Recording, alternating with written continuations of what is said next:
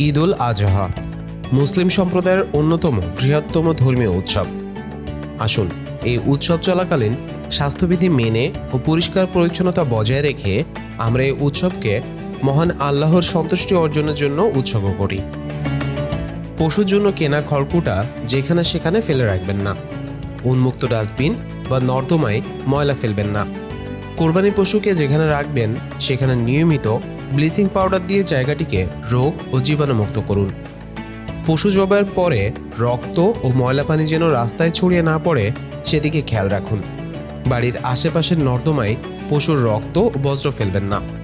যেখানে সেখানে পশু জবাই না করে যেখানে দ্রুত পরিষ্কার পরিচ্ছন্নতা নিশ্চিত করা যায় এমন স্থান নির্ধারণ করুন। প্রয়োজনের চেয়ে বেশি পানি অপচয় করবেন না।